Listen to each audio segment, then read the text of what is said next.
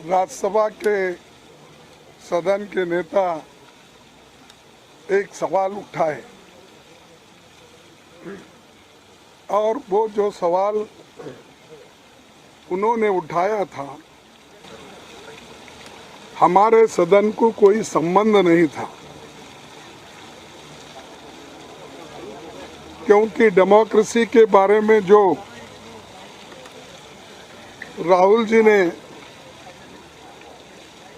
वहाँ के कॉलेजों में और सेमिनार में कहा था, उस बात को उन्होंने राज्यसभा में उठाया। एक तो रूल्स के तहत ये गलत है और मुझे समझ में नहीं आ रहा है, जो हमारे चेयरमैन साहब हमेशा रूल्स की बात करते हैं, तो किस रूल में और एक व्यक्ति और दूसरे सदन का सदस्य है और उसके बारे में यहाँ पर एलिगेशन लगाना और उनके भाषण को अपने ढंग से पेश करना, ये काम सदन का नेता गोयल जी ने किया और ऐसी अभद्र भाषा उन्होंने इस्तेमाल किया कि शर्म आना चाहिए, वो आना चाहिए। अरे जो चीज़ें राज्यसभा में आप बोल नहीं सकते, अगर आपको बोलना है तो नोटिस देकर लोकसभा में बोल सकते थे, लेकिन उन्होंने ये नहीं किया, क्योंकि इस देश के डेमोक्रेसी को अपमान करने का उनका सारा प्रयत्न है और खुद डेमोक्रेसी को यहाँ कुचल रहे हैं। डेमोक्रेसी को और संविधान को कोई जगह मोदी जी के राज्य में नहीं है और बीजेपी के राज्य में नहीं है, क्योंकि हर एक ऑटोनमस बॉडी का वो मिसयूज कर रहे हैं, हर एक एजेंसी का वो मिसयूज कर रहे हैं और कोई नोटिस नहीं, रूल ऑफ लॉ नहीं है, लेकिन वो मन माने जैसा एक डिक्टेटर देश को चलाता है वैसा ही वो काम यहाँ पर कर रहे हैं। और ये लोग डेमोक्रेसी की बात करते हैं, ये लोग देशभक्ति की बात करते हैं और ये लोग देश के मान सम्मान की बात करते हैं। तो मैं पूछना चाहता हूँ मोदी साहब, मैं आपको 4 उदाहरण देता हूँ, ऐसे तो बहुत है। आपने जो चाइना गया, शंघाई में क्या कहा, मैं यही शब्द आपके सामने रखूंगा ताकि मोड़ तोड़ के बोल रहे हैं ऐसा नहीं होना, कि earlier you felt ashamed of being born in India. Now you feel proud to represent the country. Indians abroad had all hoped for a change in the government last year. ये किसने कहा? मोदी जी ने कहा, प्रधानमंत्री ने कहा। और प्रधानमंत्री ये कहते हैं देश की मर्यादा चले गई। अगर डेमोक्रेसी और कॉन्स्टिट्यूशन पे अगर बात करते हैं किसी कॉलेज में, किसी सेमिनार में, तो आप उनको टोकते हैं और हम देशद्रोही बनते हैं। ये देशभक्त वहाँ जाकर ये बात उन्होंने कही। फिर उसके बाद साउथ कोरिया में उन्होंने क्या कहा?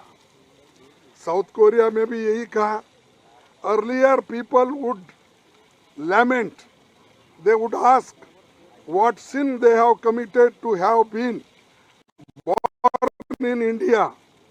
A businessman wanted to leave the country for better opportunities abroad.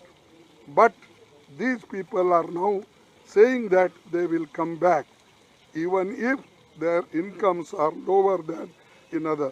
यानी 70 साल में जो कुछ इस देश में हुआ, या जो इंडस्ट्रियलिस्ट बढ़े, जो इन्वेस्टमेंट हुआ, उसकी उन्होंने ऐसा कंडम किया कि उस वक्त के बिजनेसमैन बेकार थे, उस वक्त के लोग बेकार थे उस वक्त के लोगों को कोई इज्जत नहीं थी, सिर्फ इन्होंने आने के बाद ही इज्जत बढ़ा दी, ये उन्होंने इसमें कहा।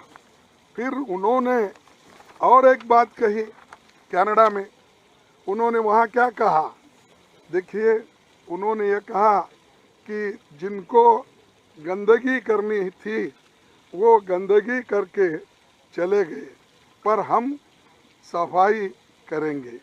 और दूसरी बात भी कहे, मैं ज़्यादा नहीं कुछ बोल, अरे गंदगी तो आप कर रहे हैं, डेमोक्रेसी को आप डिस्ट्रॉय कर रहे हैं, संविधान के धज्जे उड़ा दे रहे हैं, और सब एजेंसी को हाथ में लेके हर अपोजिशन पार्टी को दबाने का, कुचलने का, सप्रेस करने की बात आप कर रहे हैं।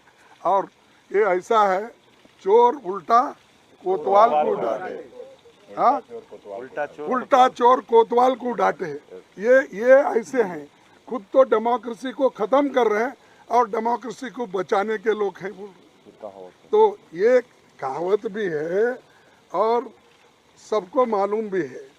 और एक बात, जो यूएई में गए, वह यूएई में मोदी जी क्या बोले, देखो पहले की गवर्नमेंट लेथार्जी थी और वो काम नहीं कर सके, तो हम और प्रायोरिटी बेसिस पे, यानी और भी बहुत से हैं जो अभी परसों कल कर्नाटक में कुछ दूसरे जगह में, जो इंसान, जो व्यक्ति इस देश का प्रथम नागरिक है या प्राइम मिनिस्टर है, अगर वो जाके बाहर ये सब बातें बोल सकते हैं, अगर राहुल जी जाकर वहाँ पर सेमिनार में, डिबेट में अगर बात कहे तो अपराध हो जाता है।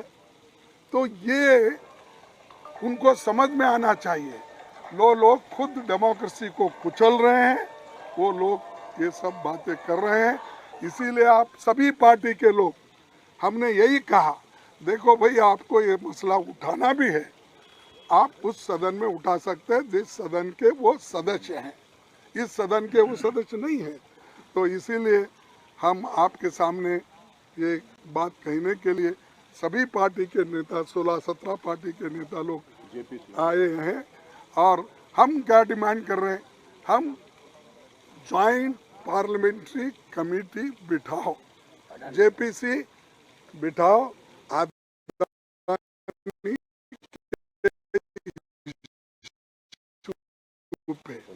उसको करने के लिए, वो इश्यू को अलग करने के लिए, ये बीच में उठते ही उनको 10 मिनट का टाइम मिला और मुझे सिर्फ 2 मिनट भी बोलने नहीं दिए।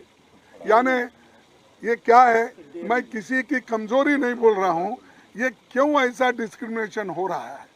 और जब अदानी की बात हम उठाते हैं, जेपीसी की उठाते हैं, तो फौरन एक तो माइक भी बंद होता है, दूसरे तरफ हंगामा भी शुरू होता है।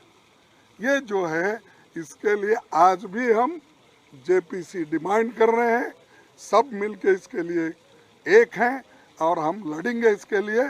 उनको क्या करना है, कैसा, वो तो छुपा लेने की बात कर रहे हैं, डिफेंड करने की बात कर रहे हैं, कर लेने दो, लेकिन हम छोड़ेंगे नहीं उनका पीछा। हम जैसा कुछ है ना, बेताल कैसा, हाँ, विक्रम बेताल के जैसा हम पीछा लगेंगे।